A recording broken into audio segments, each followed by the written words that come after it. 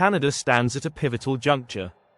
Should we continue investing heavily in oil and gas, a long-standing pillar of our economy? Or should we redirect resources towards sectors with higher growth potential, lower volatility, and a more sustainable global future? Let's take a closer look. Canada's oil and gas industry contributed over $71 billion to GDP in 2023.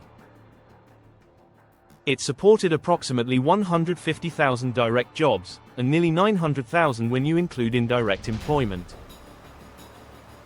That same year, energy exports totaled nearly $200 billion, making Canada one of the top 5 energy exporters worldwide. But global demand is shifting. Oil demand is projected to peak by the early 2030s. And Canada faces a challenge: its oil is among the most expensive to produce globally. When prices fall, countries like Saudi Arabia and the US, with lower production costs, remain profitable. Canada. Not always. In 2022, oil and gas firms reported $63 billion in net income.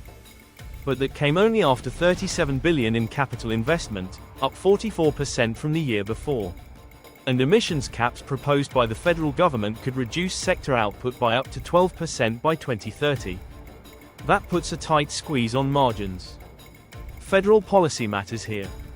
One path: a government focused on energy independence, that streamlines project approvals, boosts infrastructure spending, and provides incentives to keep the industry competitive.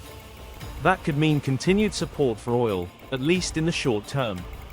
The other path: a climate-forward government.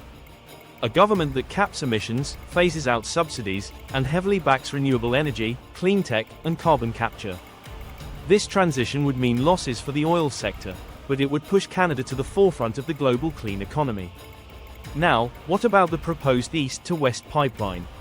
The idea: move Alberta oil to eastern Canada and reduce imports. But here's the reality: pipelines are expensive, often requiring tens of billions in funding. And with global demand dropping, the return on investment becomes questionable.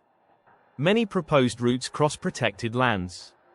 Some communities have supported such projects. Others have strongly opposed them, asserting rights over unceded territories. Any such infrastructure would require free, prior, and informed consent. These socio-political hurdles are not just obstacles, they're integral to the national conversation. So where do we turn? Let's talk numbers. Projected growth beyond 2030. Canada's clean technology sector already contributes $73 billion to GDP. It employs over 314,000 people. By 2030, that contribution could rise to $100 billion. And by 2040, a projected $150 billion in GDP, and over 800,000 jobs.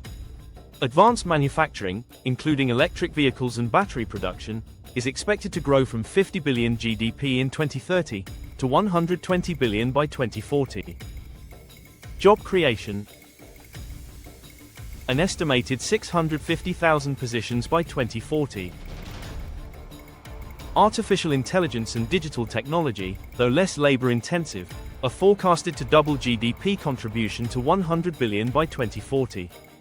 Jobs could triple to over 300,000, most of them high-paying, future-proof roles.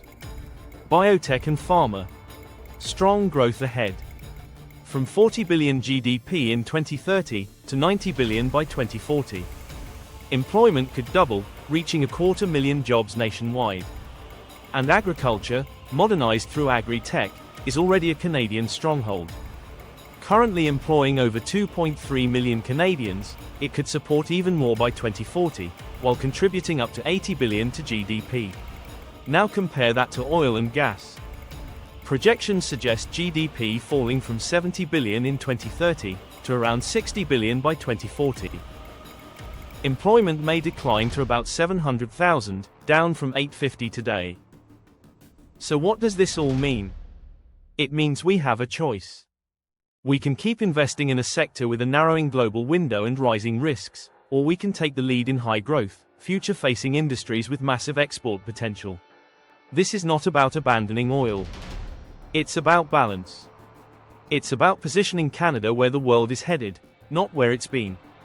The global race toward clean energy, digital innovation, and sustainable infrastructure is already underway. If we invest early, we lead. If we wait, we compete from behind. Canada has the talent, the resources, and the momentum. Now it needs the vision. The future is diversified. And the time to build it is now.